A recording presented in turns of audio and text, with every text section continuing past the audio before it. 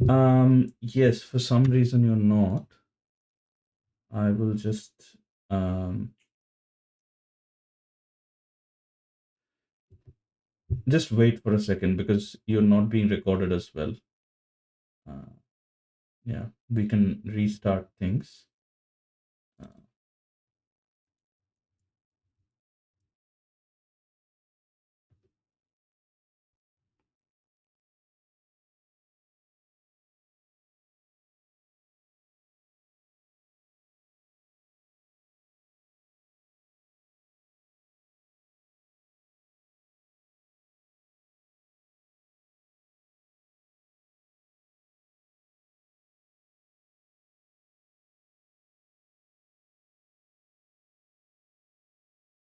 Good to go.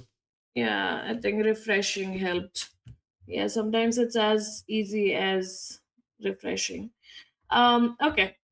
So we're going to obviously be talking about our headline topic. Jimothy the raccoon has been super viral. If you're into animals even a little bit, you would have seen like a lot of reels about Jimothy. We're going to talk about him and why he's viral and what that means. And apart from that, we're also going to be talking about how more than half of the world's migratory species are declining. These are specifically for birds, and what that means for the environment and for humans in general. And we're also going to be talking about how markets can succeed and also serve global south communities. So we're going to learn about what markets are and how they're serving the communities. And in addition to that, we have this news that after Hurricane Helene, the country's tiniest turtle is even closer to extinction, which is a really bummer news. But we're used to all the bummer news, aren't we? What else do we have on the roster groups? There is a story about tigers and how India has changed their image of declining tiger population to an increasing tiger population. But then now there are challenges for the tigers that we must solve if we want to see that trend upwards. Then there is, on the flip side of things, there is a mysterious death that has been reported of 12 or 15 Kenyan elephants in Amboseli. There is a story about climate anxiety, and we haven't explored that topic here yet. And we think that that is something worth exploring as well. On top, because we also serve news that can contribute to someone's climate anxiety somewhere.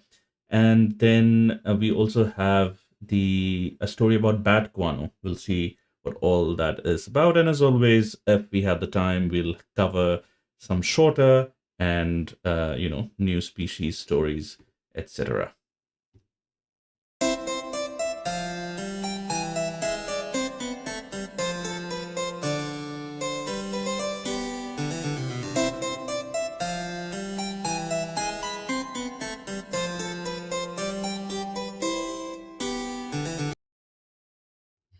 Okay, so the headline topic and Jimothy.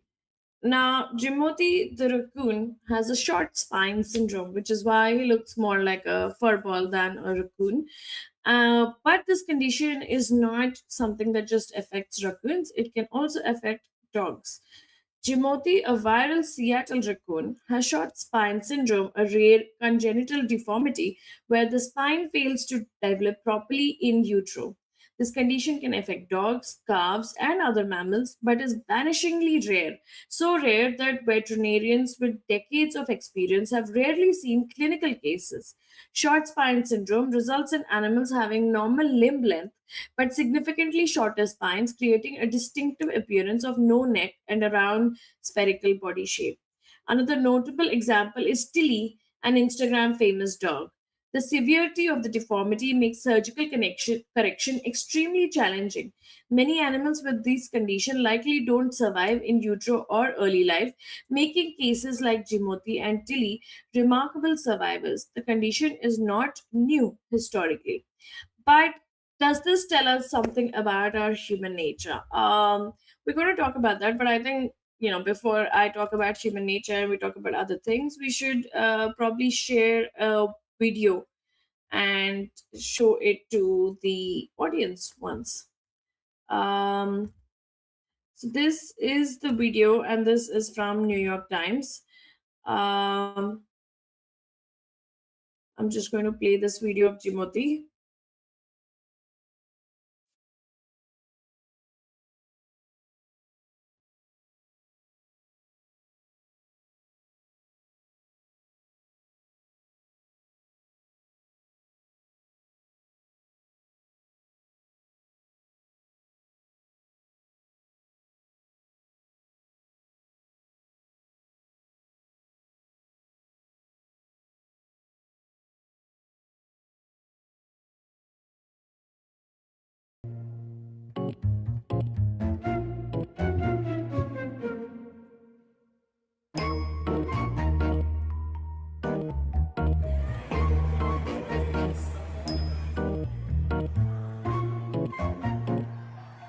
I think he's just sort of round and a silly little guy, and people just sort of need something silly and fun in their life right now.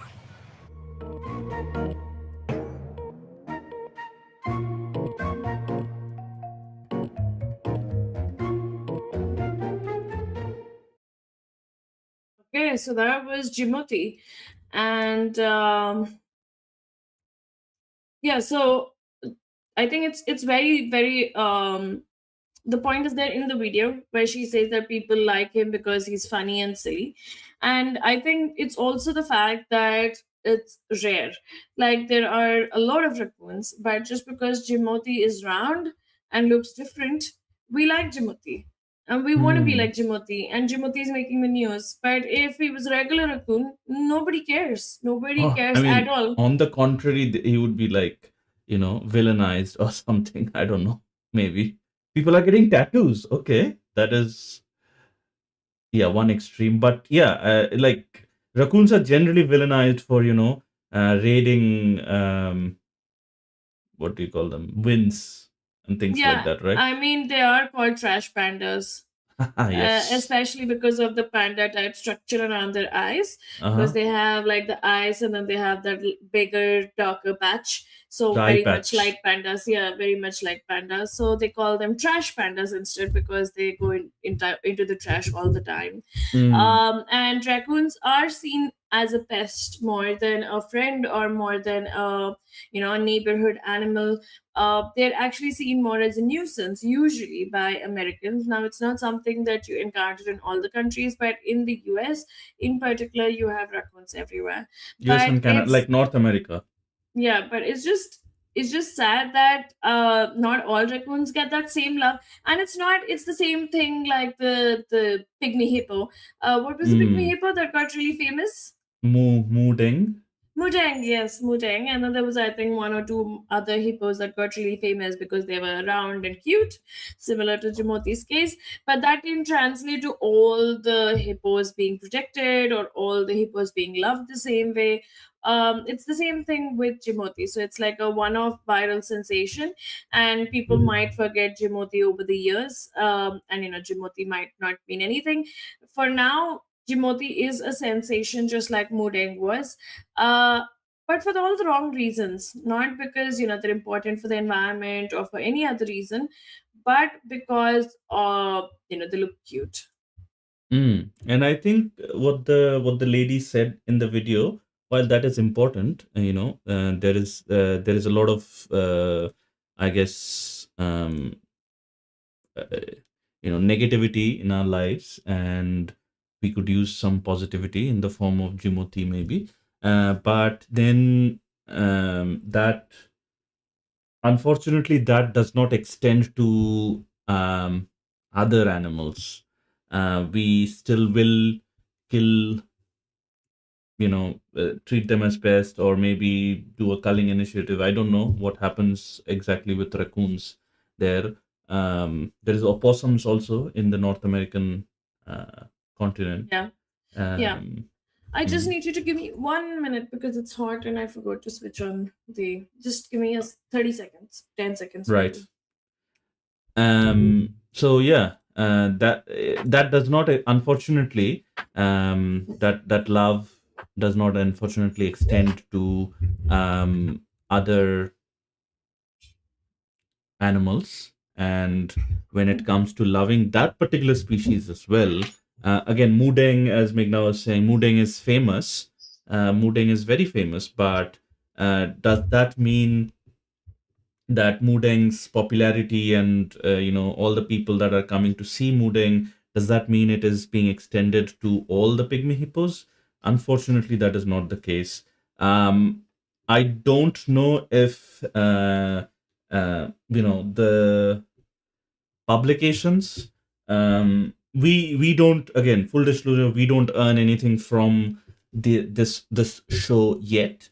But the publications that are publishing about Jimothy, they are certainly riding on the viral wave, and we will try to do. There is nothing wrong in that.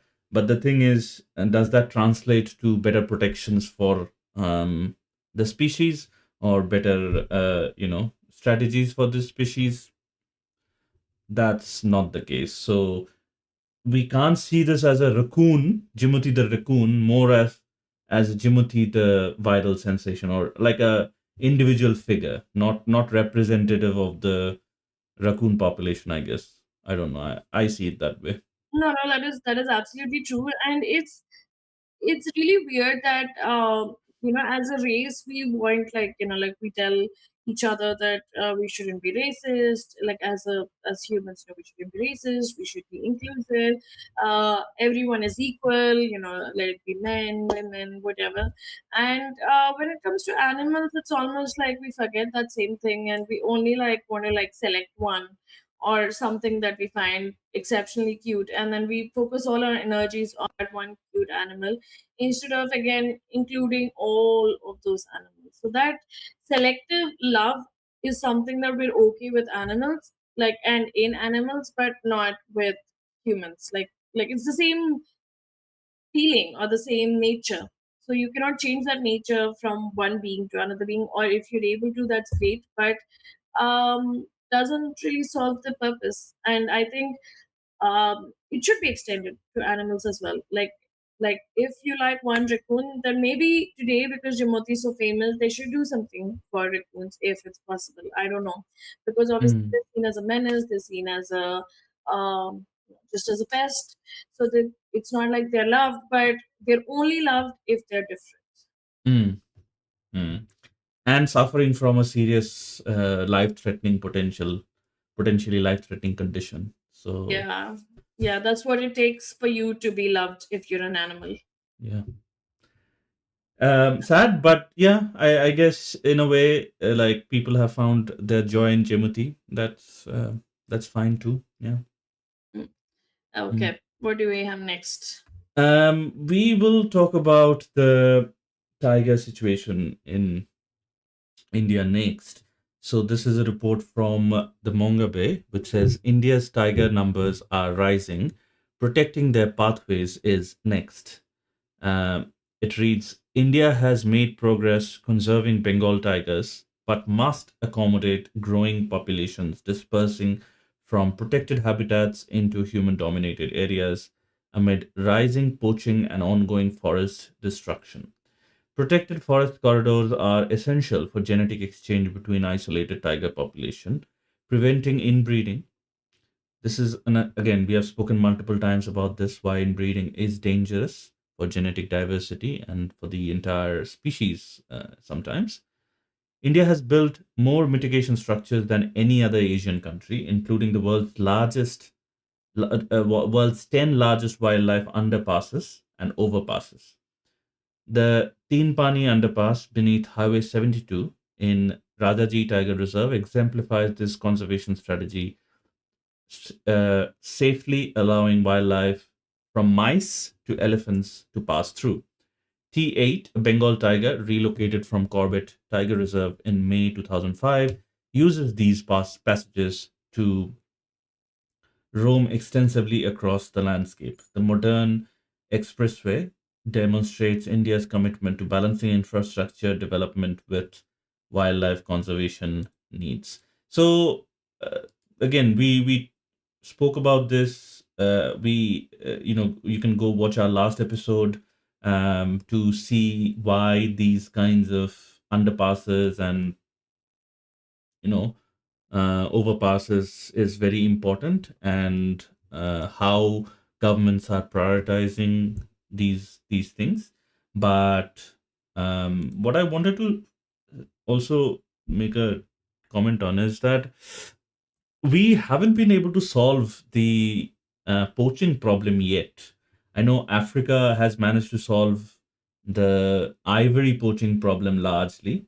There is a very tiny market for ivory as well. And I think it was a two pronged approach of the world agreeing that like Africa took their necessary measures to curb hunting and poaching, but also the world said that no to ivory, even for imports, and that is the way it was done.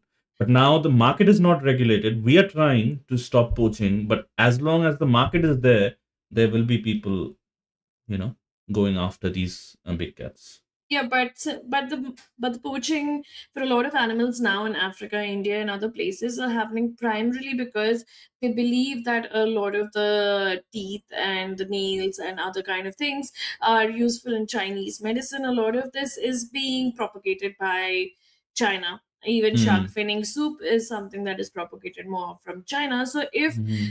that country can change its demand, and that country can change its outlook towards nature and wildlife, then I think this problem can be solved. So the root cause lies within one country, more or less, like the majority of it.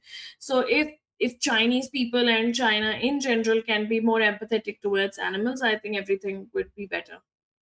Yeah, I think that is one definitely a big way. Traditional medicine, they are used in traditional medicines, but also I don't think it's only China that would be importing it, because there are traditional medicine shops all over the world. So if the countries except China that are importing these teeth and nails and skin and whatnot, they say no, that we are not importing these things, then I think that also can make a difference. So just wanted to mention that as well. The article has some surprisingly great images, and I wanted to share them as well. So, as the article said, as the summary said, mice to elephants, everyone is using them. So these underpasses mean that everyone is safely using that passage, and I think that is this is the strategy India is sort of excelling at. I think there is some commitment there, but also I think this is the strategy that we'll have to follow as long as our population keeps growing, right? We'll have to make these spaces um, you know habitable for both humans and animals. And I think animals, if given that space, that separate route, they will prefer to take that route. They will generally not come in human habitats, if unless motivated by food or something like that. So I think here you can see, like, all this map has all the tiger reserve boundaries in the green, the state boundaries, the waters in blue, and the forests in the light yellow ochre.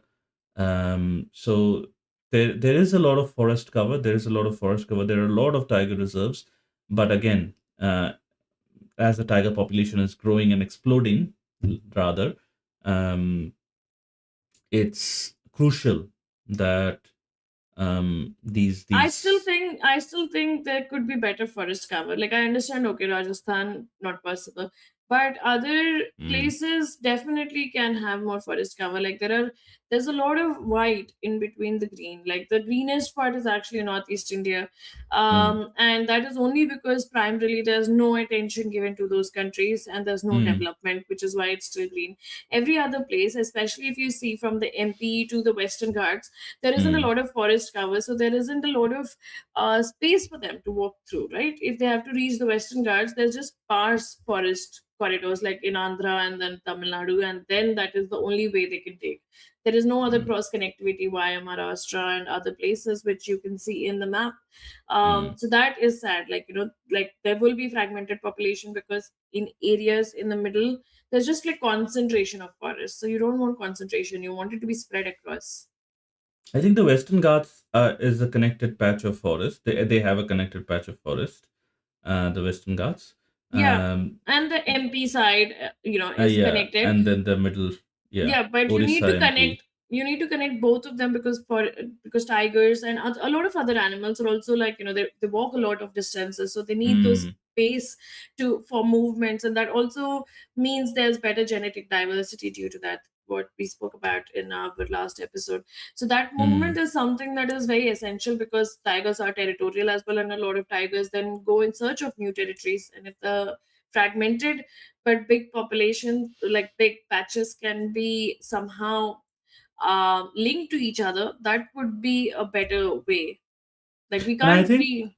the links here, if we link this eastern patch of Maharashtra with the middle of India, it would only need to be a very deliberate pathway, and the animals will follow that. These animals are also like creatures of habit, and I think if we have that secluded, like semi secluded, like the underpasses, paths built for them, I think the animals will take that path, which is being proven. Like, look at this, like, the wall is Yeah, in this the is the teen pani one. Teen Pani, yeah. uh, Heavily the traffic above is heavy, but they have a calm and quiet, and I think it's a yeah, it's a very quaint existence. The animals have their own space, we have our own space, and the yeah, the interactions are few and far between. Then that is how it should be. So yeah, this is the Rajaji Driver Reserved director who is pointing out the locations of the underpasses in the tourist map. And yeah, so here there's also a sign in on the particular overpass that there's an elephant crossing down below.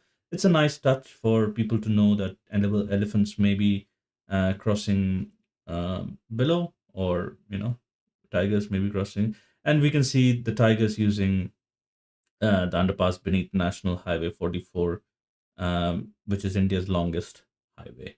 So, yeah, look at that. How beautiful is that? In broad daylight. And yeah, so India is a fast developing nation, but one of the fastest developing nations.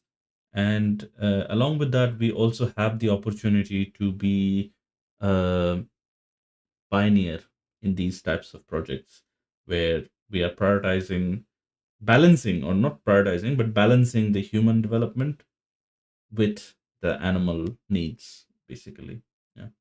Yeah, and I think the thing also is that even though India is a fast developing nation, it is also one of the world's most diverse and dense wildlife places. So it Mm, has wildlife that can range from all the way to palace cat and snow leopards, mm, to to the elephants in the south and thars and the mm. tigers and the leopards, and you don't find that kind of diversity in one country usually, and not the size of Cheetahs now India. too. uh, well, that is debatable. It's not like the cheetahs existed, we got them inside. We can't really put them in India's diversity map yet, but yeah, I mean, the great part is that it's one country. It's not one of the biggest countries by land size, and it's Hmm. still got like amazing wildlife diversity, and Yeah, that is we've something. got so many different ecosystems, as you were saying, like arid Yeah. ecosystem, desert ecosystems, uh, thick lush forest, evergreen forests, then deciduous forests, and bird species. There are over like 900 species of birds in India, one of the highest after the South American continents. So Yeah, I think India has like 11 out of 13 climates that exist. So I think they mm, have like, yeah, most of the climates. And that is also probably why, like, you have different climates and that cater to different animals. And we have to be really proud of the fact that we are such a wildlife dense country. mm, And, it's great to see that this tiger underpasses are there. But at the same time, because the tiger project is very very successful, and it's one of those conservation stories that is talked about across the world, that India is a pioneer in tiger conservation. But at this time now, they're saying that there are too many tigers now for them to handle, and these tigers are approaching human territories because there is only so much space inside the forests, and they need to step out. And this is causing this and also human. human territories present the tigers with easy meals in the form of cattle and things like that. Absolutely, absolutely. But I mean, like how you said, they would rather not come in front of humans because they Mm, do not want that conflict. But they're yeah. forced to be in that conflict now, similar to lions in Gir. There's like very limited space for them there. But it's the same, and it's going to be a story similar for that for tigers. And the reason why we started conserving tigers is that the population was low, and now, if that's going to lead back to low populations again, then I think all of that effort was for nothing. So there has to be newer, I don't know, innovations and newer solutions for this issue, because the tigers also need space. It's not just us. Mm, correct. That is absolutely true. And we have the discussion question. I think we have already answered the discussion question. If tiger success means more human wildlife conflict, is conservation actually winning? And the answer to that is we have to make sure that we reduce the friction as much as possible. Because famously, humans are not very good living with wildlife. We have left that past way, way behind. And yeah, at least urban creatures like us, we are not very good with wildlife, living with wildlife. It's very, very dangerous. And we can be dangerous not only to us, but also to the wildlife. So it's better that we, keep those things separated in a way which does not impede the progress, maybe a little bit but not too much, impede the progress too much, but at the same time it also does not impact the animals. Mm. Yeah, and I think we'll keep you updated on whatever happens on this front and whatever newer solutions are coming up, because I'm really proud of India for bringing back its tigers. At least it's not just one tiger they love all the tigers. But at the same time, things are getting heated, so it is possible that they don't like all the tigers. So let's see how this pans out. We Mm. really need the tigers, and the tigers need us. So yeah, the tigers Mm. actually don't need us, but they just need us so that we can create more forest areas for them. Yeah. Yeah. Okay. Uh, so heading on to the next topic, Yeah. uh, we have this topic about the birds, Mm. and Oops had just spoken about birds, but so there are like a lot of migratory bird species across the world, and more than half of them are declining. There's a study, a Georgetown University-led study published in Nature Reviews Biodiversity, reveals that approximately 51% of migratory bird species are declining globally across all major flyways. The research, conducted with ornithologists from various international organizations, including India's State of India's Birds Partnership. Um, okay, yeah, really weird name, but okay. Yeah. Um, have found that nearly 300 species are already globally threatened. In India, specifically, Arctic origin long distance migratory birds are declining faster than resident or shorter distance migrants. These declines stem from decades of environmental degradation. However, researchers emphasize that the decline is indeed reversible through targeted science based interventions and restoration efforts. Migratory birds play crucial ecological roles, regulating insect populations, dispersing seeds, pollinating plants, and supporting food webs across continents. They also connect millions of people to nature through bird watching and citizen science. And I think Oops is probably like a really good example for that because he really likes bird watching. He really loves taking photos of birds, and he's really good at talking about like the different kinds of birds. But what is really worrisome here is that 51% of these species are declining globally, which is the majority. And that is actually very worrisome, which means that the pace at which we are cutting down and we're developing and we're changing things, it's not okay for them. They're not able to cope up with our speed of Mm-hmm. development. Mm. Just wanted to share the website for State of India's birds, and um, here is the website. They have done a great job at using illustrations and um photographs to highlight all the species that are here and the migratory species. As Meghna said, India gets a lot of migratory bird species and transient migrants as well, passage migrants as we call them. In a lot of different states. Um, and they have done a great job of highlighting those things and doing research on that. They've also done some videos in different languages like Tamil, Assamese, Hindi, all the local languages, Malayalam, and then there is Marathi, and then there is Odia, and etc. So we have been actually talking about something similar as well, to propagate these kinds of messages to more local populations in India. But they are doing a great job of like monitoring and research and identifying those threats as well. So this is a great website. Shout out to the State of India's Birds organization. Yeah, Yeah, to and sort I of, think yeah. we could always put a link of this in the pinned comment, right? Yes, we will. Yeah. We will aim at that. And yeah, so talking about the birds, I think, as Vigna was saying, we get a lot of passage migrants. We get a lot of migrants coming from faraway places. Um, it is crucial that we protect the flyways. I like that term, flyways. There is a lot of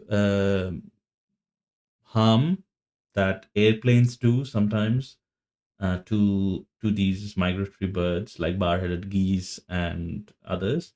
So yeah, it's crucially important that we preserve the flyways because we do not realize the importance of the birds in our ecosystems, but they are very, very important. They are the Some birds are the sort of apex predators that maintain certain insect population, and make sure that their genetic diversity of those insects and pollination and all these different kinds of things, birds help us with.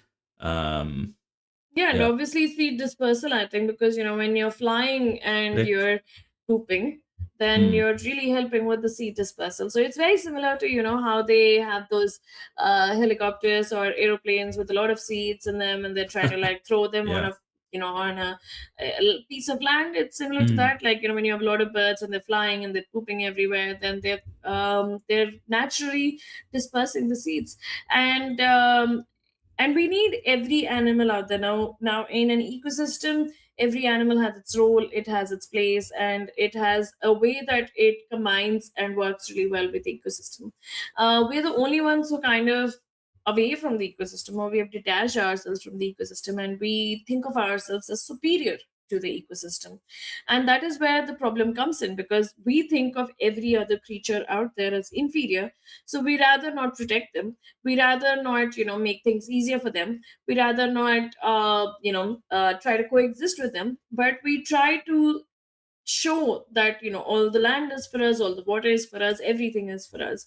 But if we can change that mentality and go back to that age where we actually respected animals, we really were careful about our sacrifices and which animal we were consuming and in what and how much. I think if we can go back to that, if we can go back to being more focus towards our environment and protecting it, then I think we can have a better coexistence and a better chance at not letting this earth just go to, I don't know, whatever wherever it's going right now, like to this next mass Hmm. extinction.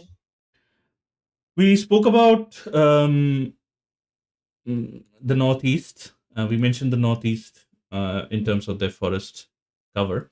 The Northeast, in context of birds, we have to mention Northeast as well. So the one of the longest journeying birds is the Amur falcon, which comes from Siberia and flies to the east coast of Africa with a stopover in Manipur. So the Amur falcon almost traverses 22,000 kilometers while they're migrating, which is like, I don't even know, like even airplanes can't fly 22,000 kilometers without like refueling at least more than one time. That is the one refueling stop they have basically in Manipur on their way to uh, East Africa. So from Siberia to Manipur. So Manipur, they do face great predation risk from humans. Similarly, in the western part of India, there is the sand grouse and spotted sand grouse, which sort of migrates from the Himalayas to some areas Sorry. in Pakistan, and they also face similar kinds of predation risk from humans. We kill them and sort of eat them. Um, yeah, I don't know.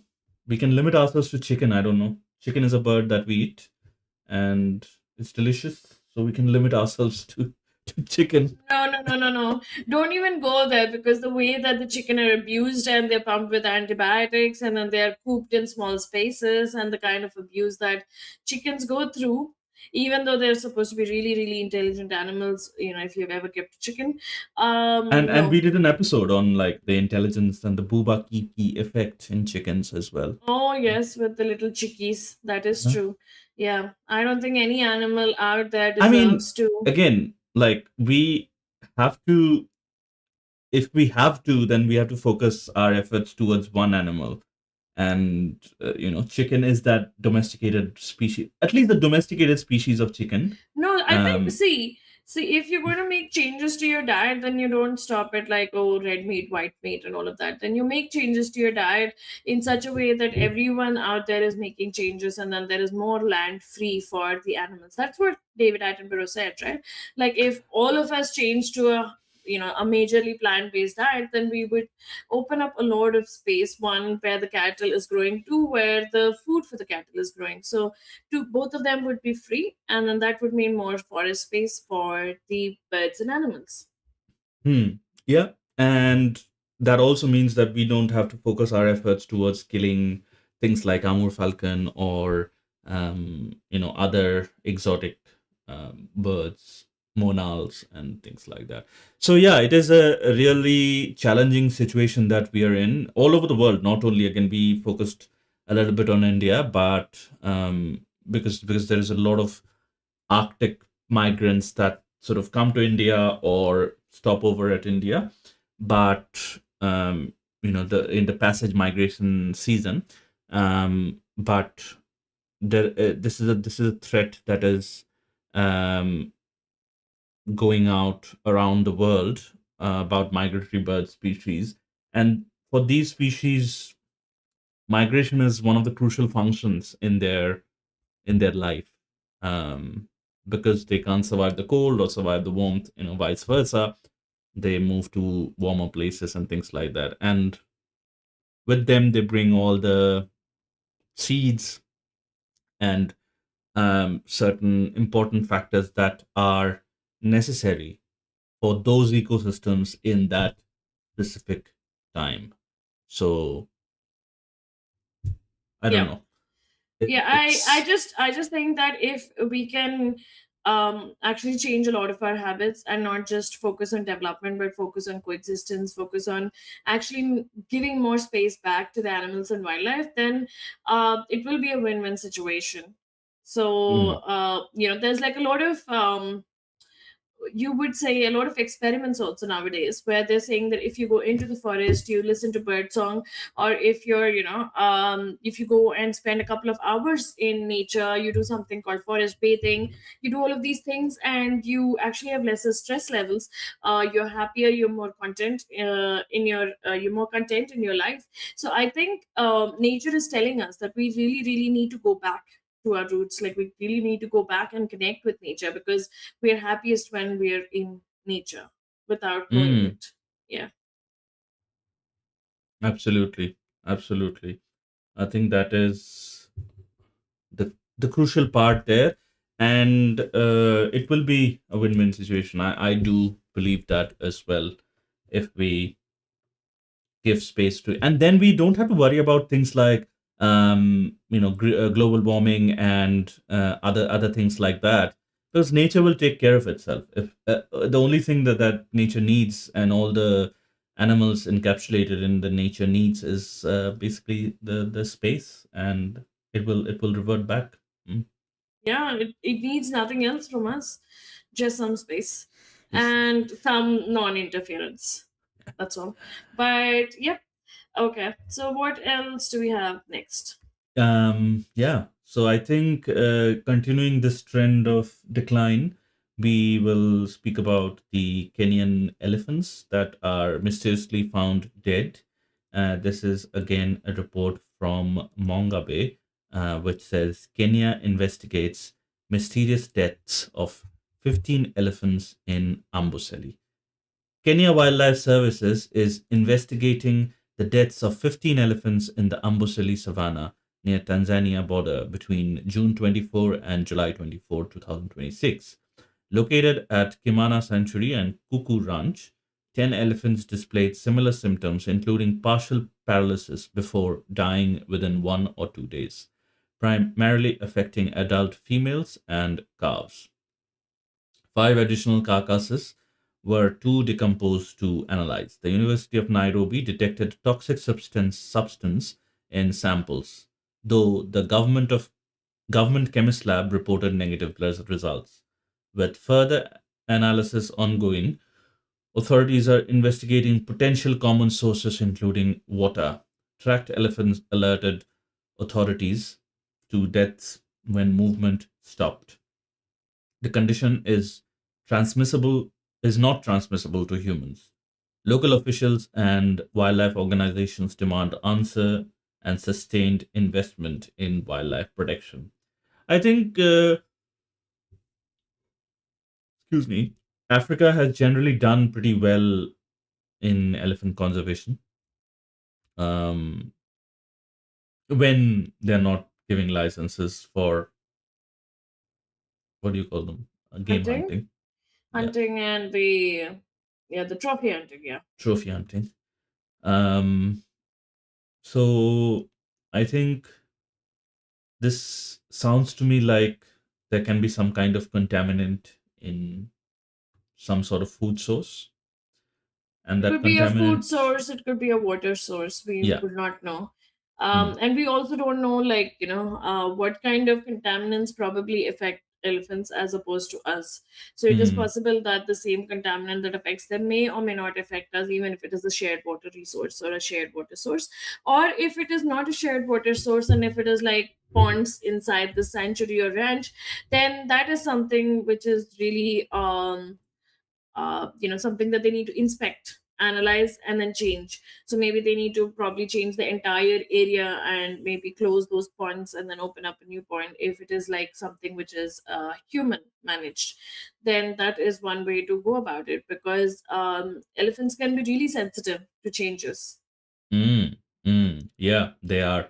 And this can also be more likely than not.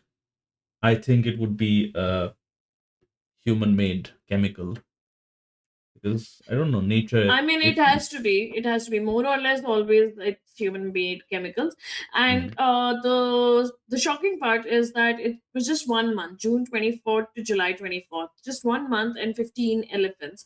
So they should have kind of like raised the alarms way before, like the whole 1 month period, when they saw like the first couple of elephants dying and they saw partial paralysis in them before they died, which meant that there was like a streak of symptoms which were very similar. Now, in humans, when people start dying like due to COVID or other things, and everyone has similar symptoms, then there are alarms raised, there are like a lot of steps taken. There has to be similar ways of steps being taken here, like the Kimana Sanctuary or the Kuku Ranch. All the elephants should be transferred from here, and then or everything checked, that everything is in place, the water sources are not contaminated, the food sources are not contaminated, and then only give their license back to them, to run mm. that sanctuary. Also, the conflicting lab results, the government lab declaring a negative result, and that is suspicious as well, a little bit. Because government chemist lab, again, I don't know if they're operating under some instructions or certain other Money. motivations. Yeah, Yes. money. Yeah. So yeah, I think the resolution is expected, and I think the local NGOs and local advocacy groups are fighting for that. So yeah, I think, and the world's eyes are on that as well. So we will keep track of this story and report back if anything else does come up. Yeah. Yep, we will, and we really hope that the investigations go through fairly, and that there's like a full time stop to these deaths. Mm. Yeah, Oh, absolutely. okay, heading on to the next topic. It's about carbon markets. So, how carbon markets can succeed and also serve global south communities. Forests provide critical ecosystem services and store vast amounts of carbon dioxide, yet face pressure requiring sustained economic incentives. Voluntary carbon markets were designed to direct private finance towards forest protection, rewarding communities and landowners. However, the system has consistently underperformed. Not, not surprising. Over the Mm. past decade, evidence reveals many forest conservation carbon credits, particularly in the global south, have failed to deliver the climate outcomes they claimed. The sector has documented cases of significant social harm to indigenous and local communities, while scientific analysis shows emissions reduction methodologies significantly overestimate results. Trust in the market has eroded among both buyers and civil society. True conservation must ensure communities protecting forests become primary beneficiaries of ecosystem service value, not victims of exploitation. And I think this is where the problem is, like, even though these markets were voluntary and they were to direct private finance towards these kind of initiatives, like a CSR initiative or NGOs or donations or other kind of ways that the finance is being directed towards them. At the same time, because there's a lot of money involved, people can get greedy, and people can get greedy to the extent that the money that has to go where it has to go, it doesn't go there. Mm. Hmm. Hmm. Hmm. Yeah. I think the other part about um, carbon market or carbon credits is that it's it's a way of shoving the responsibility that we have or the developed nations have or the people with money have, shoving that responsibility off, shipping off that responsibility to a developing nation or a nation with, you know, like a lot of non-urban environment, spaces. No, I don't So, think so. It's that way. I mean, I don't know about the carbon credit system, but here the carbon markets that they're talking about, they were mm, made in a way that the money that was coming in, that they would be used for the forests that were more at risk, and that they would actually reward those who are protecting these forests and are taking responsibility. So the carbon markets were made in a way that you actually um encourage the people to keep saving the forest. But the problem somewhere, whatever the chain and the link was, it's not going till the end consumer or the end product, which is the forest. Like the forests are not getting all the money that is being pumped into the system. mm, I'm trying to understand what is this carbon market actually. um so I think it is actually it's with, I think, the carbon credits as well. So it's basically to say that there is a lot of carbon stored in the forest, and this carbon that is stored is something that needs, like, you need to store more and more carbon. I think it is a link with the carbon credits itself. So when you pump money into that market, then you're pumping more money into protection of the forest, because you're trapping a lot of carbon inside the forest. So you're helping, and you're saying that you're doing good for the environment by financing the forest. The problem is that when you're financing, it's not going to the landowners, it's not going to the rangers, it's not going to the local communities that are actually saving. There are it's going the opposite way, because there is money in this market. So there is a lot of exploitation that's happening with the indigenous and local communities, and there's a lot of what do you say, a lot of corruption in how these emission reductions are being even calculated. Mm. So all of So that is what I know of carbon credits is that how they work is you basically give money in exchange for one tree planted. So they will say that this species of tree stores X amount of carbon in a year after 5 years. So um, if I want to offset my emission, I make an emission of five 100,000 tons a year. So I will buy like 50 trees or 100 trees, whatever that, or credits. That new plantation, the afforestation, is converted into these credits, and that then it is traded in the carbon market, where they say, okay, we have planted 50 trees and they have reached maturity, so they are capturing 500,000 tons in carbon per year. You are trying to offset 500,000 tons in carbon per year, so we will sell you 50 carbon credits or 500, whatever the unit is. So that is the way the carbon markets work, from what I know. Now, the problem there is afforestation is not good. So you can't trade credits from what forests already exist, because they are already absorbing the carbon. You have to plant, the whole system works in a way, in my knowledge, that you have to plant more trees to give these rich people the illusion that, okay, those trees are capturing more carbon, that therefore we can trade these credits in the market. But the problem there is afforestation is, when deforestation is bad, but afforestation or monoculture is equally bad. And there are pretty a few pretty great videos on YouTube on why afforestation is bad, that I would recommend everyone listening to check out. But afforestation is equally as bad. You can't replace a forest just by planting one kind of trees. And since this is a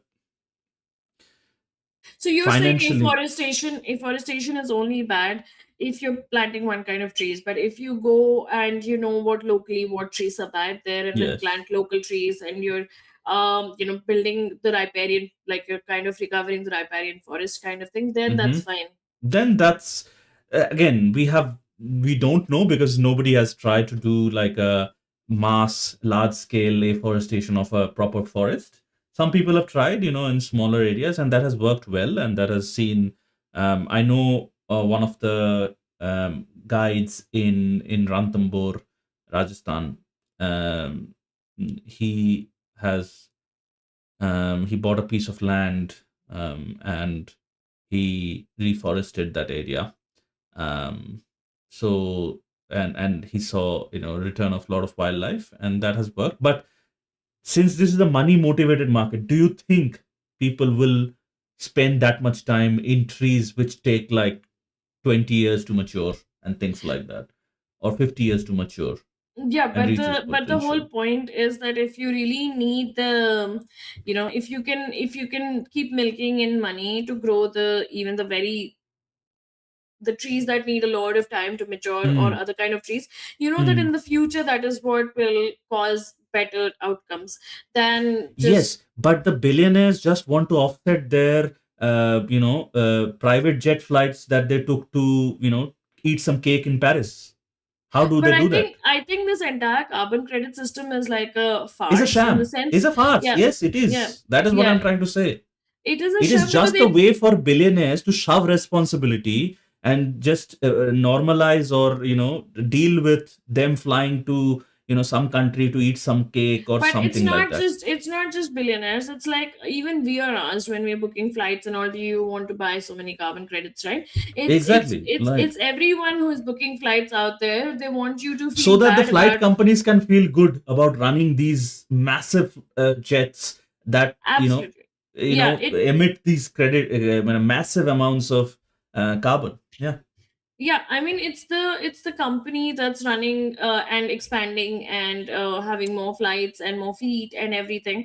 Mhm. So why are we the ones responsible to offset their carbon is what I don't understand. Like, why are we spending money They are to selling it say. as like, oh, you are taking this flight, so your carbon footprint and our carbon footprint is, we have a carbon footprint, everyone does, but it is negligible compared to what all these billionaires are spending and doing, in a day, maybe in an hour or something like that.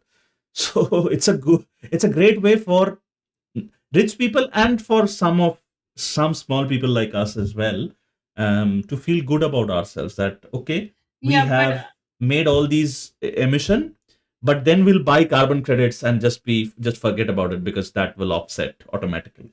I think that feel good activity is the same as, like, you would when you're buying something and they say, oh, do you want to like spend one more rupee to give to this feed donation program to feed like Yeah, some poor people. children from Yeah, slums or in yes. India or something like that, they'll show that image and they'll say, do you want to round Yeah, off it's. or something. Yeah, and it's just a feel good thing. I don't know if it actually reaches them or not.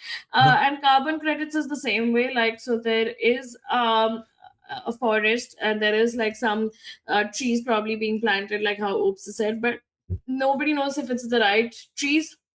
Nobody knows if there's actual compliance. Nobody knows if there's actually like good happening for the people there. But here it does say that the indigenous communities are being violated and they're being Mm, suppressed. So which means that the indigenous communities probably know which trees have to be saved and which forests need to go there, and they don't have a say. And this carbon market is just growing bigger and bigger only because of our guilt, like because we're mm. feeling guilty about what we're doing for the environment. So And we if want to just shove keep our it. responsibility, like we have shoved the responsibility of slaughtering animals to a select few slaughterhouses so we don't have to see. It's like pushing things under the rug and we don't have to worry about it. And markets, you trade. So since this is a money motivated market, there inevitably will come a time where real forests are cleared to make way for these monoculture forests, so that they, because what is the motivation? We want to grow trees that grow I think fast, and the I second one is we want to grow trees that capture the most amount of carbon. So speed and carbon capture, true, those will be the motivations. but when trees are cut down, I think they would be primarily now cut down for data service for AI than actually afforestation. Like that will And then actually then be. the data server people will say that, okay, let me plant trees somewhere else to offset this trees that we that these thousands of year old trees that we have cut And down. those trees that they will plant, some other data center will cut down. It's going to be like a run. Like there are protests across a lot of places in India for data centers because they are displacing a lot of indigenous communities in a lot of Absolutely. places. And it is just the starting, because if AI is going to be growing at the pace that it is growing, it would need way more data centers, way more water, way more space, and way more heat which is being released into the atmosphere. Nothing's good about that. Nothing is good about carbon credits. I think this sham needs to be like put a stop to. Like if you really want to finance, you want to feel good, then you finance the indigenous communities that actually know what they're doing. And then have like an audit in between to see what the indigenous communities are doing, give them the money and let them protect their land. They would be more than Hmm. happy to protect their land. I agree. I agree there. There is no point in the propagating monoculture, and and we also have to be willing to take blame or live with that guilt, because otherwise it's we will Yeah, continue we will doing these never. things. Yeah, then we'll continue like doing everything that we do, and we'll just say, oh, we'll just buy a few carbon credits to offset it. Mm, We shouldn't do that. We have to like make changes, and we have to do these. We have to make small sacrifices or bigger sacrifices in terms of our diet, in terms of our lifestyle, uh, because the earth is burning and we can see mm, the earth burning. So yeah, like it is something we have to do. We don't have a choice now. right. And I kind of disagree with the optimistic tone of this commentary. It There is a very slim chance that it can succeed. And knowing human nature, we won't be willing to put up with what it takes to succeed in a proper carbon market. There are some Absolutely. options in this commentary as well, where what Meghna has said exactly, it alludes to that, giving those money to the indigenous communities, uh, strengthening that time that it takes to grow a new tree, planting a proper forest instead of just monoculture trees, depending on local knowledge and communities being impacted. So I don't know if the billionaires are willing to do that. Yeah, and also the discussion question for this article was very funny. It says, if protecting forests is worth trillions, why aren't those risking their lives to save them getting rich? Mm. Which is so true, because the ones protecting them are not the ones getting the money. So Hmm. which is why nobody's getting rich out there. The only ones who are already getting rich are the ones who would rather not protect the forest. Right. So yes. Okay. Heading on to the next topic. Yeah. Um. Again, we spoke a lot about climate, related things about climate change, but I think we also have a duty to speak about the flip side of things, because climate anxiety is also very real. So this is a report from The Guardian, which says climate anxiety was consuming me. And then I learned to laugh about it. Climate anxiety from researching existential threats that led Emily Strasser to enroll in stand up comedy classes. Oh, you can get stand up comedy classes. I didn't know that. Mhm. Very good. She developed, quote, sustainable stand up, unquote, a course teaching social and economical environmental professionals to communicate serious messages through humor. The program has trained NASA scientists, lawyers, activists, and humanitarian workers internationally.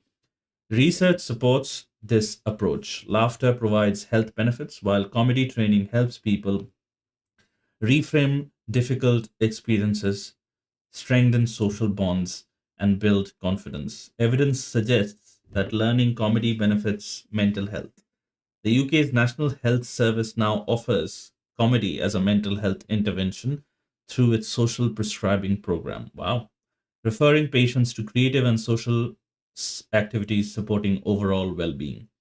In facing collective, political, and planetary challenges, humor and resilience through comedy offers a valuable coping mechanism. Now, while we understand, and Meghna, I would want to hear your thoughts, but while we understand that, it can be a lot of things that we often keep saying, and shows like us, keep feeding you. Um, I don't know if laughter and reframing it in a lighter way could be the solution.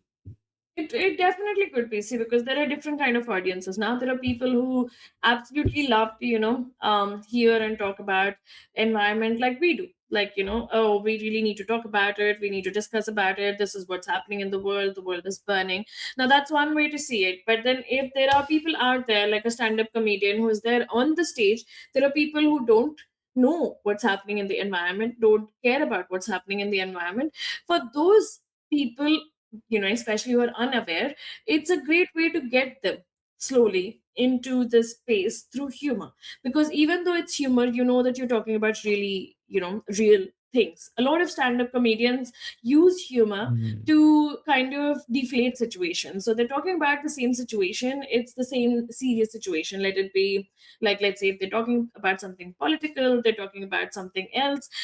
It's all serious things, but they just try to make it light by adding humor into it, but they're still sending the message across very, very strongly. So I think that is a good way if you're catering to the audience who is not very, very climate aware. Mm.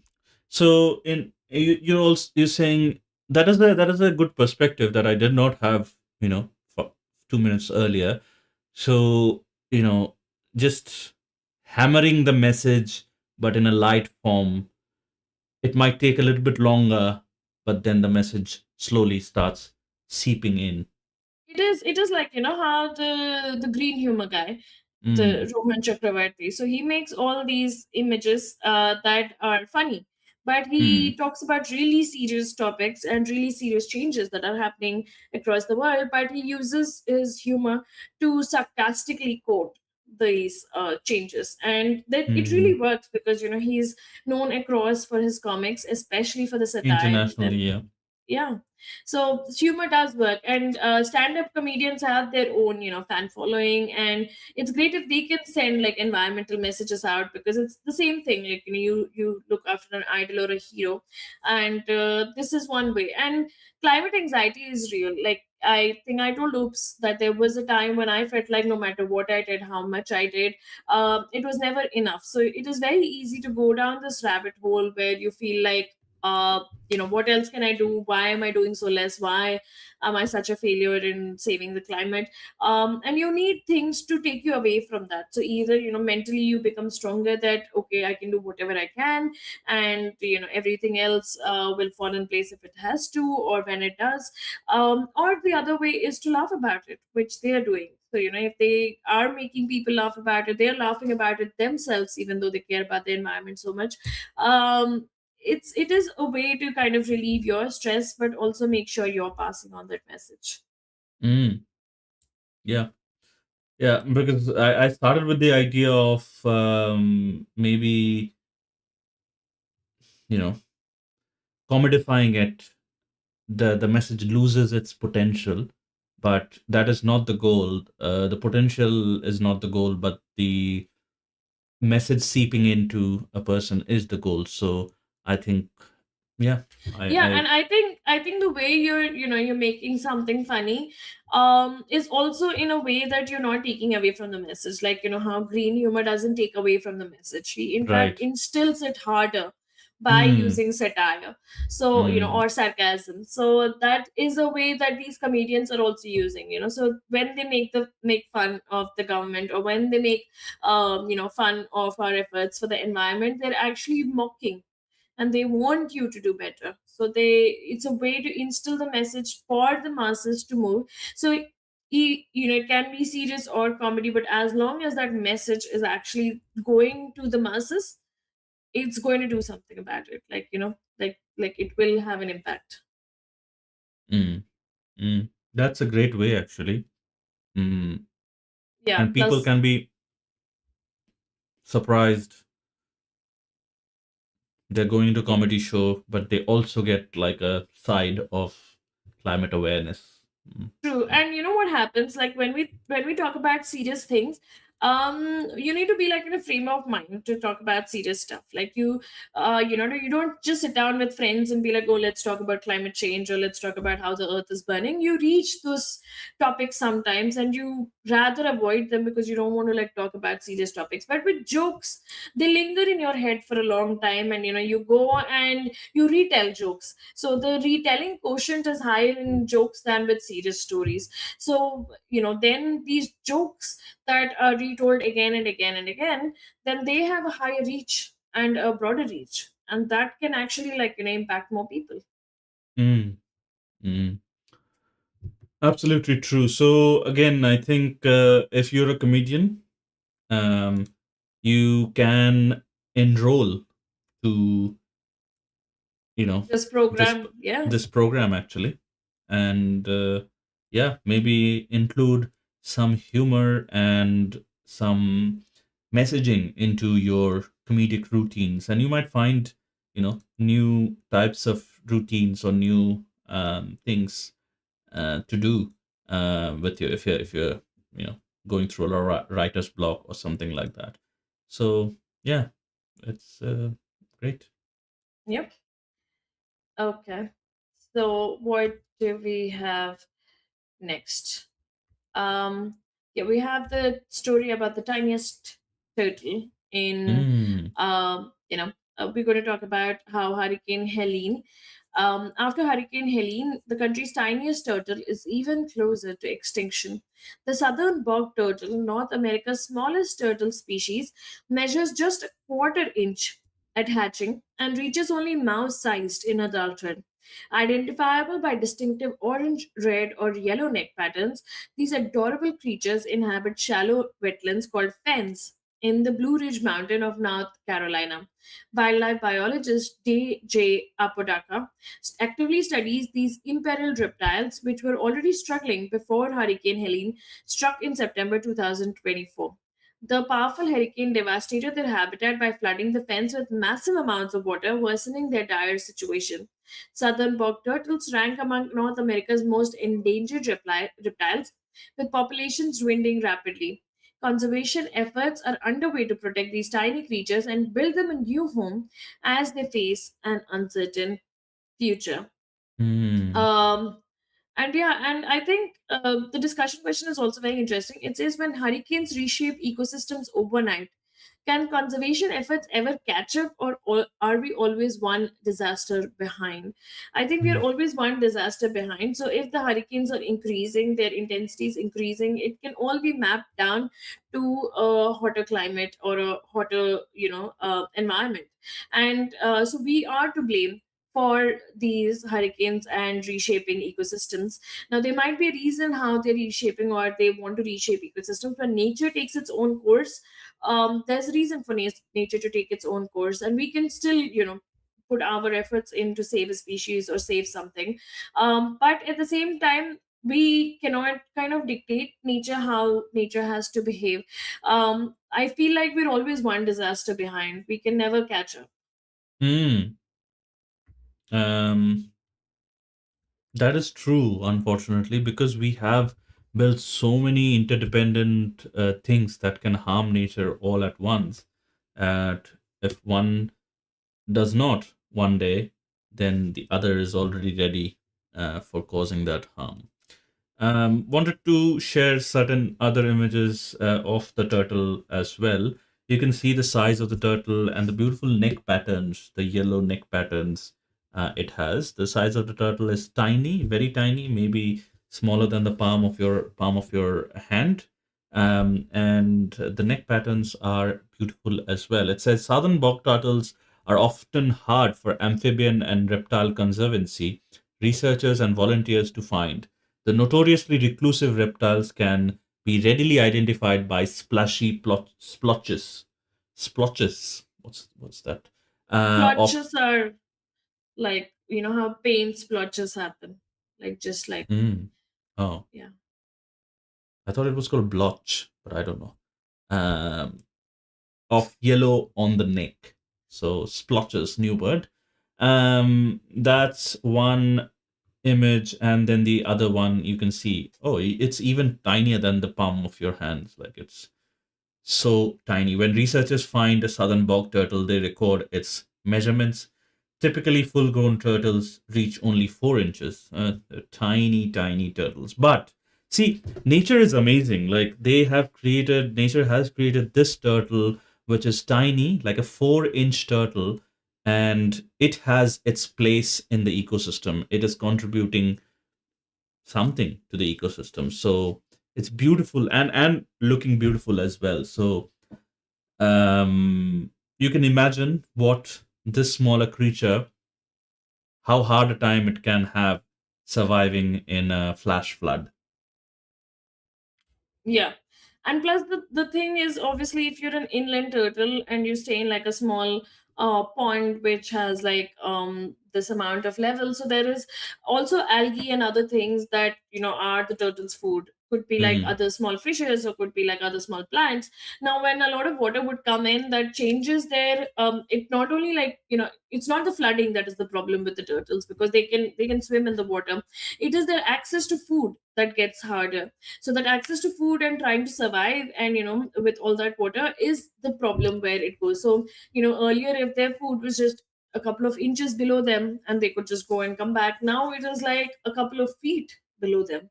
And then that is going to be more tough. Also, they might be flushed out to other places, because if there's too much water, it is possible that it's not just the pond, but there are like other areas or a smaller pond that is being created, and they're like being pushed on to places where there is no food at all. Yeah. So I think, again, hurricanes is not something we would be able to control, but we can control the response we have, aftermath of an hurricane, and how we put our efforts. And I think conservation, again, we're not living under a rock. We know conservation needs a lot of money. So I think how the money is also directed after such a, again, humans that have lost lives or lost homes, um, they have to be, you know, taken care of, but also the tiniest turtles. So no animal left behind. That's kind of the message there. I think it was Yeah, the message of, like the biblical message of Noah's ark, right? No one left behind. Mm. yeah. And I think, like, a lot of inland turtles, like, if you I don't know about from where you're listening to this show, but if you are from India and a lot of other places, in wells people used to keep turtles Oh, in really? their wells. Yeah. There are wells at like there are wells with turtles at the bottom of them, and they say that primarily because turtles kind of eat the dirt, and they kind of filter the water, and they keep the Mm. water clean. A lot of times, turtles are actually introduced to clean the water, and like if the turtles are there, it actually signals that this is a clean groundwater and healthy water kind of thing.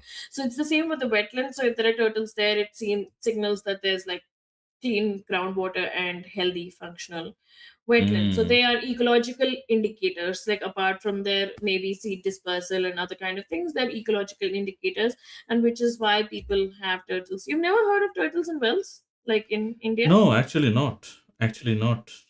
Yeah, Um, they do say like if they I'm. actually introduce them into the Hmm. wells for the for clean groundwater. Yeah, that's interesting and amazing. You have a personal story with a turtle as well. Maybe Yeah, it's reshare the actually. story, and you have shared it on stream. Maybe reshare it with our audience. Yeah, but I think I was actually looking at that turtle size, and I was thinking, oh yeah, it reminds me of my turtle. So yeah, like I was gifted a turtle almost, I think, maybe 15 years back by a friend, and I Were you thought, close to that oh, turtle? very very close to the turtle. I Hmm. have a tattoo. I have a Wow. memorial tattoo of the turtle with the name and the turtle. So Hmm. I actually he was a freshwater turtle, Hmm. and I studied about, like how to identify the sex, and it is from below their tails that you can identify their sex. And yeah, like, when I was gifted the turtle, I assumed like the tortoise, like, like the tortoise, like, the turtle would live for 100 years, and I could pass on the turtle, like if I ever had children, like, just pass on the turtle, like the turtle would outlive me. But sadly, one, they're freshwater turtles, they were not meant to be in the cold environment of Delhi in the winters. So after a couple of years it got pneumonia. It couldn't survive, and it died from pneumonia, is what the vets told me. And even the sale and purchase of turtles is actually illegal, because it is classified as a type 1 endangered Schedule one. animal, or Yeah, schedule schedule 1 ones. animal. It's a schedule 1 animal, so you're not supposed to trade in them. But people used to illegally do that, and back then everyone wanted a turtle at home. I don't know why the craze was there. Maybe with the Chinese feng shui or something. People wanted turtles, but a lot of people also got the turtles, used to chop them up and eat them, because they thought it cured their asthma or something. Mm. So yeah, for a lot of reasons it was really bad. I didn't know better that time, but I know better now, and I would not, like, suggest anyone to get a turtle unless it's supposed to be locally there, and you can actually give it the space, and you can give it the environment that it needs. And maybe just if it actually needs rescuing, if it can just be left in the wild, then probably better for it to be left in the wild than be brought home. But having said Yeah. that, oops, I think we could actually try to call this researcher on board Mm. and talk to him about this turtle. Yeah. We can certainly try. But that story is, I like that story because it also highlights like you can be close to an animal and not know the impact that you're having on that animal at the same time. And also it also highlights like, the importance of the habitat these animals generally have. Keeping huskies in Rajasthan is not a good idea. Similarly, keeping warm water freshwater animal Cold in a environment. non-freshwater cold environment is also not a good idea. So I think And And yeah, this one thing though, like, even though my turtle was this tiny, it was this mm, tiny, it knew my hand. So, like, when my friends would come over and they would want to hold my turtle, if I was holding him, he would be absolutely calm in my hand, because he just knew my hand. The moment I would give him to someone else, he would just, like, um like move his arms and legs, and just want to get out. But obviously, like, because they have a shell, and it's very hard for them to wriggle out, as opposed to like a dog or a cat. He used to take some time to kind of figure out, oh, who is this person holding me. So imagine, like, they know from the outside that it's not you. So it doesn't matter how small or big the animal is, mm, you can really develop a bond with the animal. mm.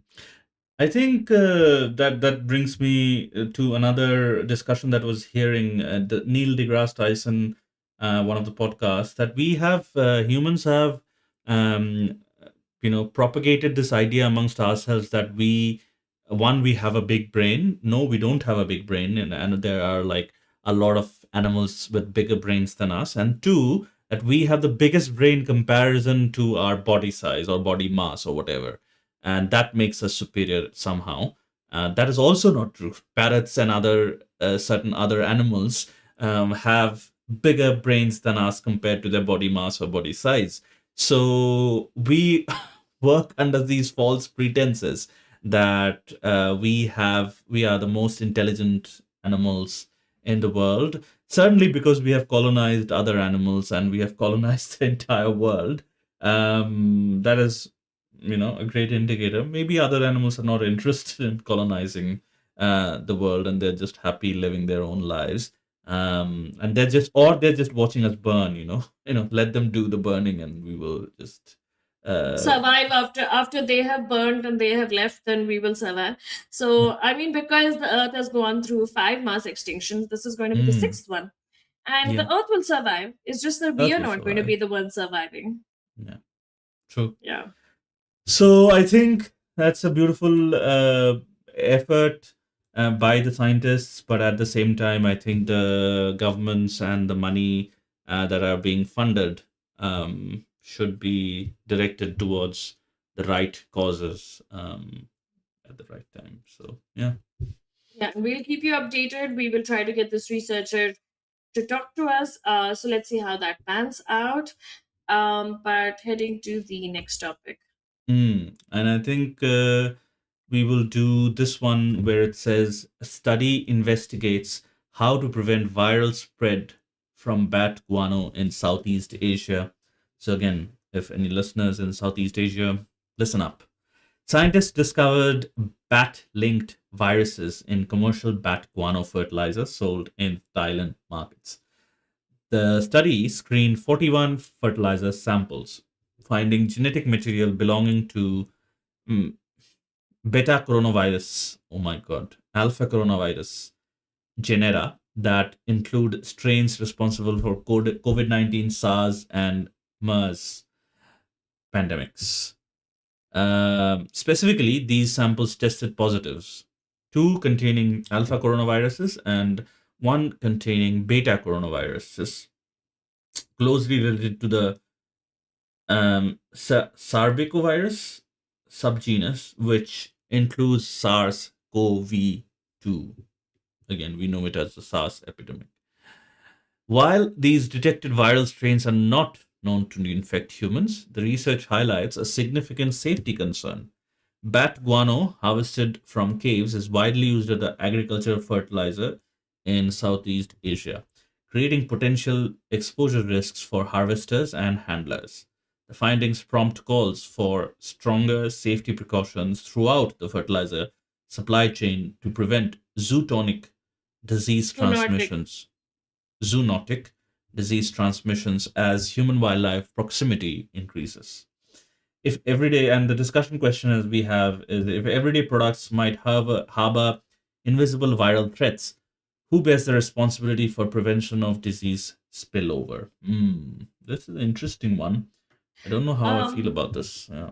I do want to ask you what Mm, exactly is the difference between alpha coronaviruses and beta coronaviruses, if you know, and also, if the viral strains are there in the guano, why is it not a threat for humans? Like, how is it not infecting humans? But the epidemic that happened, they said that the bats had given it to us. So what happened then, and what is different that time with the what was it called, the wet markets of the bats? Like, what was mhm. different then and what is different now in this guano sampling?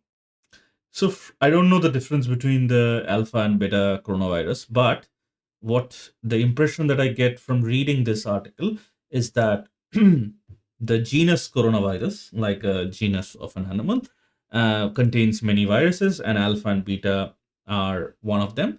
The COVID-19 virus, or the that strain of coronavirus, is what impacts humans, but these alpha and beta coronaviruses, they might not impact humans, they might impact bats or some other animal.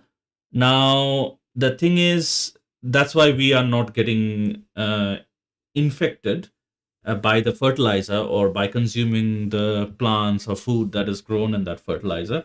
But then people going into the caves to harvest this guano, we don't know what else is there. So that is the you know concern there, from what I understand in this article. So Also, I wanted to know, like, is the bad guano found in the bottom of a cave? Like, is that how it works? Like that, mm, how it works with other birds, that the mm. droppings are just on the ground?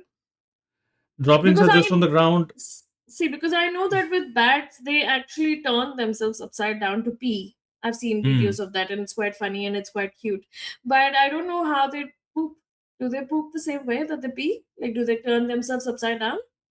I think there is a, I don't know how true this is, but bats actually poop using their mouth, the mouth cavity. Um, Oh, okay. Then it can make sense if they are upside down. yeah. So yeah. So guano. I think for our audience that do not know, guano is the very nitrogen and phosphorus rich um, excrement of certain birds. And bats in this case we call it guano, just so we don't have to call it poop.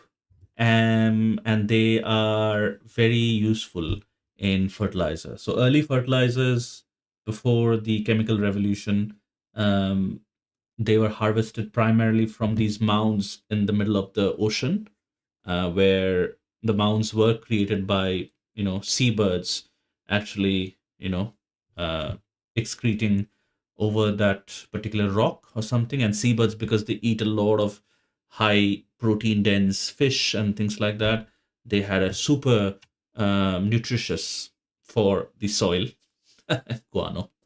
Oh, by the way, I just read online. So Hmm. basically, bats don't poop from their mouths. No. The maximum they do is if they're eating some fruit that needs, like, spitting out the pulp or the seeds, then that they do throw out of their mouths. But because they're upside down, a lot of people believe or have made stories and myths that Yeah, they poop from their mouths, and I'm a that is victim only of that. because of yes.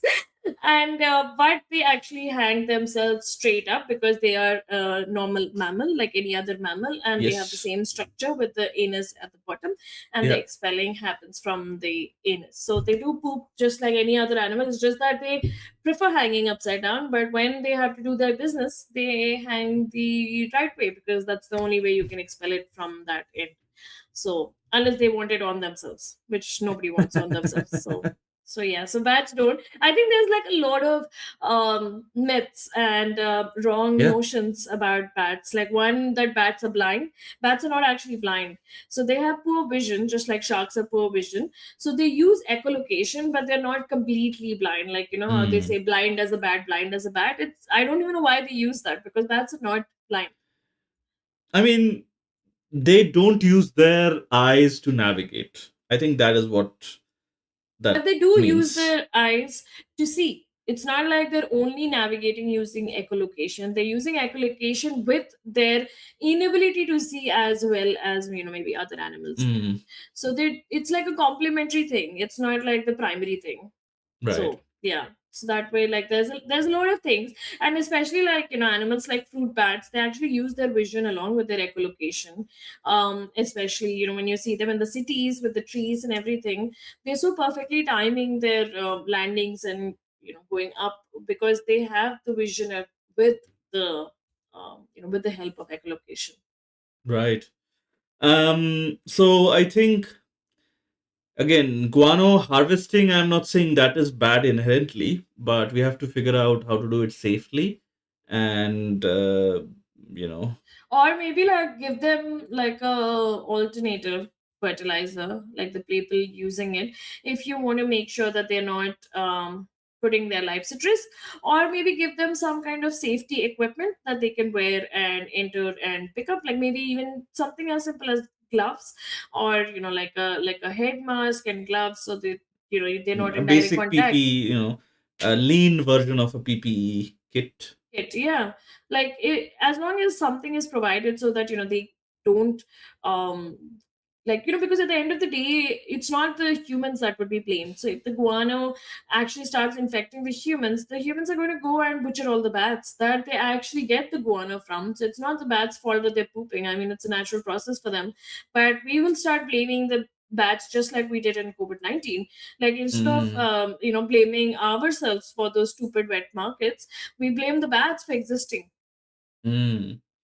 Yeah. I think also the research needs to continue on whether the food grown in this particular kind of fertilizer is can be harmful for humans. So that I think already will continue. But yeah, just pointing that as out as well. The other thing you said about fertilizers, the problem is the synthetic fertilizers are even worse for the No, environment. there are other fertilizers as well. Like they can do composting there and then use composting as a fertilizer. Oh, yeah, that is true. Yeah, yeah. No, Yeah, the you other just have to natural make forms like you mean, like obviously bone marrow and things like that.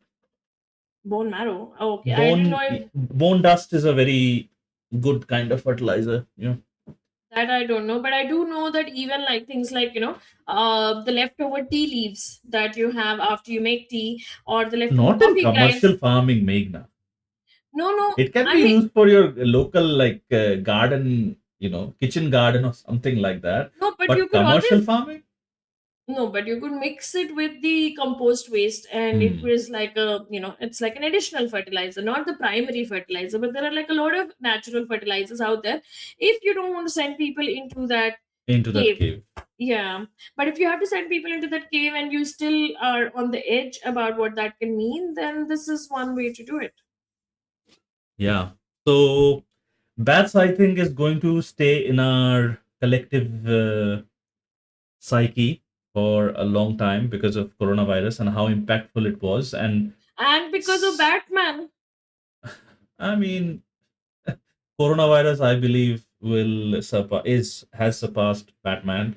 Maybe there will be a Corona Man, a villain sometime, sometime when we have or gotten over or the shock. maybe or maybe we are the villain. There's still a controversy of if it was a lab made virus versus not, because if Mm. bats had to give viruses, those wet markets have been existing for a long time, and And people like have been this. collecting guano from a long time. So, but Mhm. it's not affected us. So we don't know. Like, all of that is speculation. Yeah. Yeah, but we like to blame the bats than actually blame the Chinese, I guess. But yeah. Um, but yes. So, unless you want to do like some short story, should we like start wrapping up? Um, there are two short stories that we had marked, but yeah, I think we can do either. We can either wrap up or let me just read. What are those short stories? Okay, let me do one short story, and you can do one short story, and we can wrap it up. Yeah. Um, yeah, I had marked a couple of short stories if we had time. Mm-hmm. So yeah, this is something that I think talking to you about. Actually, I didn't realize that this was what I was marking. So, listening to bird song in a forest lowered a person's stress during experiment. Oops, before I go into reading this, there is like a lot of background sound. Do Mm. you have Okay. something? Maybe. Yeah. I will Yeah, fix no. that. Okay. Listening to birdsong in a forest lowered a person's stress during experiment. A new study published in Environmental Conservation found that sitting in a restored urban forest while listening to birdsong significantly reduced stress and improved mood. Researchers at North Carolina State University had 106 students sit in either a restored riparian forest or a paved plaza while listening to birdsong or traffic noise through noise cancelling headphones. Both the natural setting and birdsong independently contributed to well being, while their combined effect producing the strongest results. Participants in the forest hearing birdsong reported average stress scores of 3.2 on an 11-point scale compared to 6.4 for those on the plaza hearing traffic. The forest birdsong combination also produced the highest positive emotions and strongest sense of mental restoration. Mismatched conditions fell between these extremes. And this was what I think we were talking about a while earlier, that if you're in nature, if you go listen to birdsong, if you're just um, there and present in nature, you would see a reduction in your stress. That means more happiness, more content, more contentment. And this is exactly what is happening with this study. And it just Mm. emphasizes and re-emphasizes that our connection with nature is something that we shouldn't break. Yeah. There's a this is I think the forest bathing is a Japanese construct. Shirin Yoku. Yuko, yeah. One of our batchmates when we were at university made a film about it. I don't know if it's available online, but yeah, it we come from the forest. We are forest children, so it's no surprise that forest bathing actually can cure, and birdsong can cure, because we used to wake up for like at least five. I would say the million years of human existence. 999,000 of those years we used to wake up to, and even now we do. If you are a rich person, um, you can live in a area which is sold to you as surrounded by nature with a big pond or something like that. and you can still wake up to bird song. But we have done it without any money for a long duration in our species existence, so it's no surprise that that actually is ingrained in us, and that helps us reduce the stress. So beautiful. So, you know, touch some grass, spend time in nature. If you don't, every, even in the most congested of the cities, there will be certain parks and certain recreational areas like that. Go find them. I know Delhi, one of the most popular cities, has a lot of birds there. A lot of birders actually regularly go visit these parks and things like that. So, There are actually like just bird parks as well, like the I think the hmm, Sultanpur Bird Sanctuary and the Asola Bhatti. These are actually for the birds. So when in the winter seasons there are walks and there are like e-vehicles that go through that, so you can go see the forest. Even Bharatpur is also a bird Bharatpur is a sanctuary. short stone's throw away from Yeah, Delhi. so there are a lot of birds. The thing is, I feel like probably this is also why I don't feel that happy in a city, because it's so depressing to just see like buildings and nothing else, like just buildings, cars, and maybe like a lot of liquor shops, and Hmm. that just doesn't cut it. Like you just want to be in nature. For me, I feel like the happiest when I'm in nature. So I feel like it would be great if you also get to experience that. Go out, do that walk, stay in nature, be just with trees, switch off your phone, don't take your phone only, and Ah, then ah. see how it feels. Yeah, and I think India is slowly going towards that future where we are encouraging more parks in our cities and more trees in our cities. Some of the Western countries have a lot of state sanctioned and city sanctioned parks that has walks and things like that. For example, New York has Central Park, and if you live anywhere close to a park or a walk, a nature walk, make it a point not only for your physical well-being, but also your mental well-being. Physical well-being, as in like walking, is generally considered good for your health and stuff, but also this, listening to bird songs and listening, being in nature. Yeah, so that will be our message for today. Do Yep, some nature walking, and absolutely. yeah, I And think that's a oops, good place to wrap it up. It's a beautiful story to wrap it up with, are you because the sure you other don't want story is a to? little. Yeah, but I thought it was something that you would love to talk about. That is why I um marked it.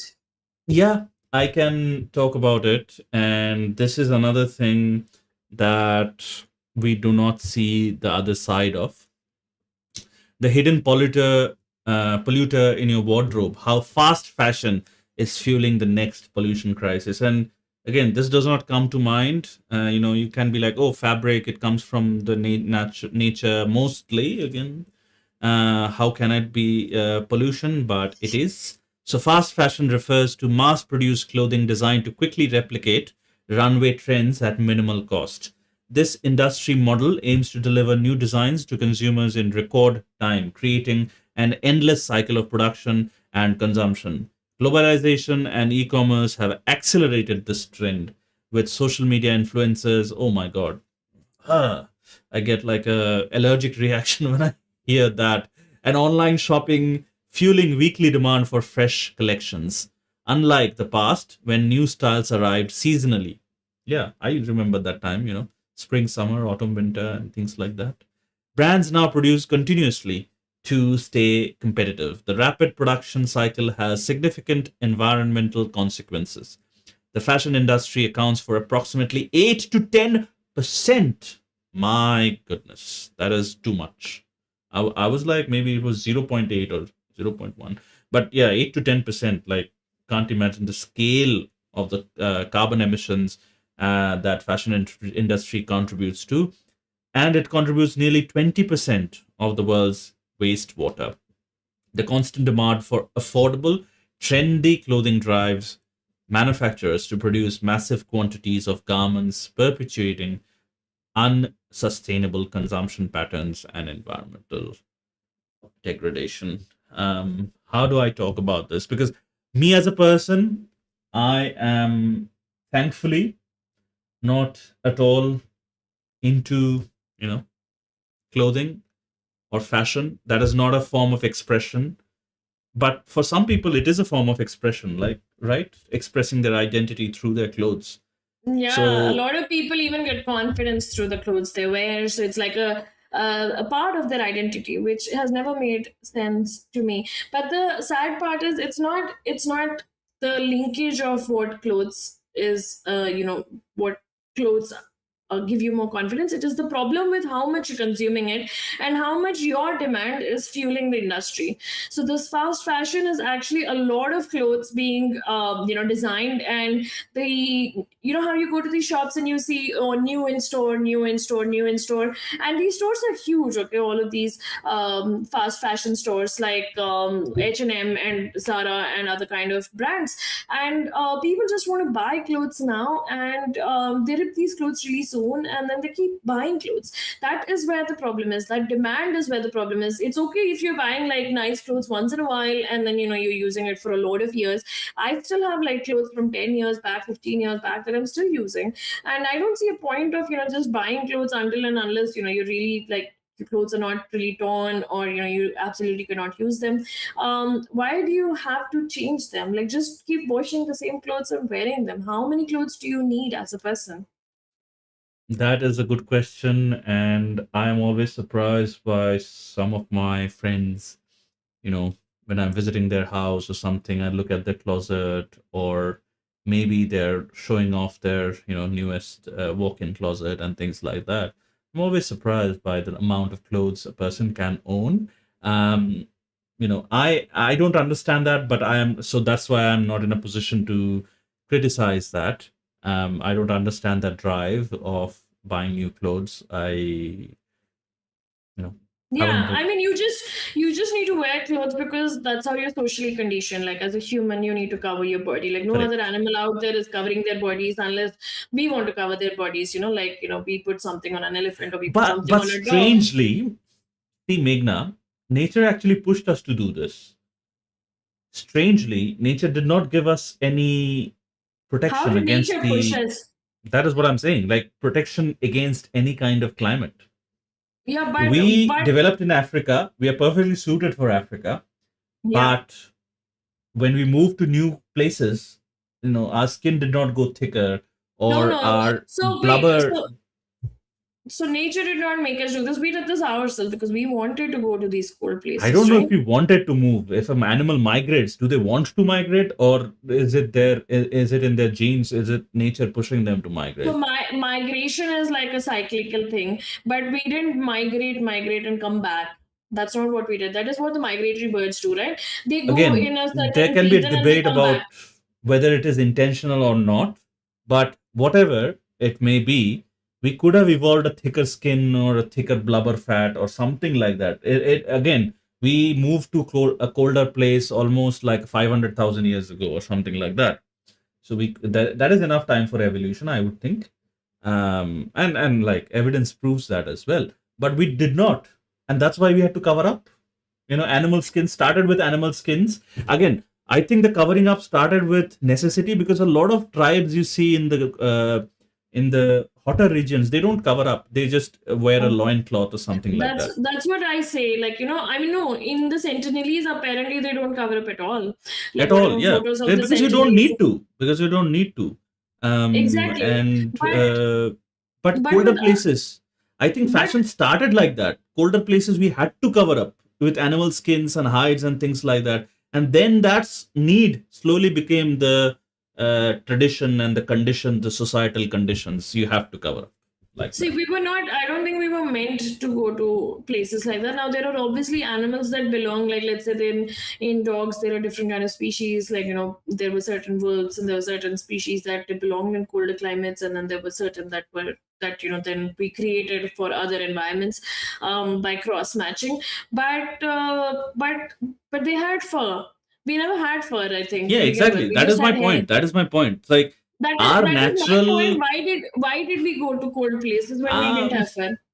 Again, it's that is a that nobody knows the answer to that, why we moved to a colder place, but we did. And I would think that our spatial consciousness wasn't evolved enough at that point for us to make a decision consciously that, oh, we will move to a colder place, but it will also come with these challenges. So we just wanted to expand, because that is in our nature, to conquer Yeah, new but territories. I think there's a difference between wanting to save yourself from the cold and fast fashion. Fast Yeah, no, we fashion. have come a long way from there, but I'm saying that that is the start of fashion, like clothing. Like we could not, like, I think it's a very cold place thing where we first had the need to cover ourselves up, and that need became into a necessity or a societal norm, and then it has culminated in this horrible trend of 8 to 10% carbon emissions. And I believe they're buying left and right the carbon credits, to satisfy their ramp walks and shows and things like that. And 20% of the world's wastewater. My God, But 20%. it's That is a not. huge number. That is true, but I'm saying that the carbon emissions and buying the carbon credits will do nothing because it's a lot of consumer-based thing. So Mm, if they're mass producing, it's only because people are asking for it. If people were all minimalistic and people did not want a lot of clothes and they were okay with whatever clothes and they bought clothes only after years of it, and if their clothes could not be like restitched or fixed or repaired, if that was how the industry was, which it was earlier, when we all had lesser money, that is how everyone used to be. They were very careful of what clothes they wore, and they would just restitch them and all of that. I mean, I still do that. But but now people don't want to, like, the moment there's like a small hole, there's something, they'll just throw it and then they'll buy a new t-shirt. Or mm. even when they Remember the don't time need when you used to, something. like, there is a tradition in our cultures to gift clothes in like functions and things like that. Remember when uh, you used to gift like material rather than like the cloth, like the ready-made or the stitched up clothing itself? True, true. No, no, that is absolutely true. That's how it is still now in certain parts of India. Like I know that my mom, she gives, like, married women who come home. She gives like a blouse piece, not a ready-made blouse. So that Not a blouse you ready-made can, yeah. blouse. So that is culturally significant. But I also know, like, in my friends, I know a couple of friends who just doom scroll these apps which have clothes, and then they just buy clothes on whim. So it's like on a whim because they're bored or they just think that something looks cute, so they buy it. And it's like a trend across the world. So that is something I think that needs to be controlled as well. Our consumption on not just meat or our travel or different things, even what we wear. Like if we can keep Mm. it for longer, that is something we need to do. Yeah, absolutely. Absolutely. And not be intimidated by all the influencers, never repeating a piece of clothing, and things like that. Before Meghna's message, I think I want to ask this question: what is your wardrobe size? Honestly, go count it, and comment down below. And then, if you see excess clothing, then go to your local cloth or clothing donation center and pass on all your clothes to. Oh, but Um, they might actually pass on and then go buy more. don't do that. What you don't need, pass it on, and do not buy new clothes. Remember that if you're a 90s kid, remember the time when if you're a live amongst your siblings, you only had hand me downs and nothing else. So let's return back to that generation. I think this is something that we can definitely control, um, very easily. I believe, again, I am not fascinated by clothes, so I might be speaking out of turn. But that is my Yeah, yeah. question today. Yeah, it is only because you don't like it. If there was something you liked, like let's say, like, your meat consumption, you would not be able to give up on it. But just because you don't like clothes, Hmm. you feel like, oh yeah, you're like, you can just give up on it. That is how it Right. works. You're Yeah. Okay.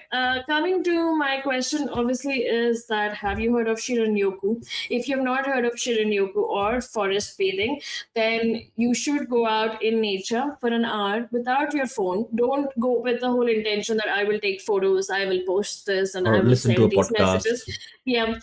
Just do nothing. Just be in nature with nature. Listen to the sounds. See the sights. See, how the sunlight passes through the leaves, how beautiful it looks. Listen to, the birds. Try to see and spot birds or other kind of wildlife, and then come back and tell us how you felt after that walk. And if you really liked it, then make it a habit. Go every day and step outside into nature and have that time for yourself. Yeah. And while before going to the nature walk, give us a subscribe and click the bell icon so you can um, get all our latest notifications on your phone when you're not nature bathing. Follow us on all the different social media platforms. We go live everywhere all at once, so you'll be able to catch us once a week, everywhere, all at once. And yeah, comment and share this video with someone that you like or that shares your views, or someone that you don't like or does not share your views, just to give them a different perspective. If you're listening to a record version of this podcast, then definitely consider leaving us a rating. That again helps with spreading these messages, which are few and far between, to more and more people. But other than that, that is it for today, and we will see you next Sunday, same time, same channel. Have a good one, guys. Bye bye.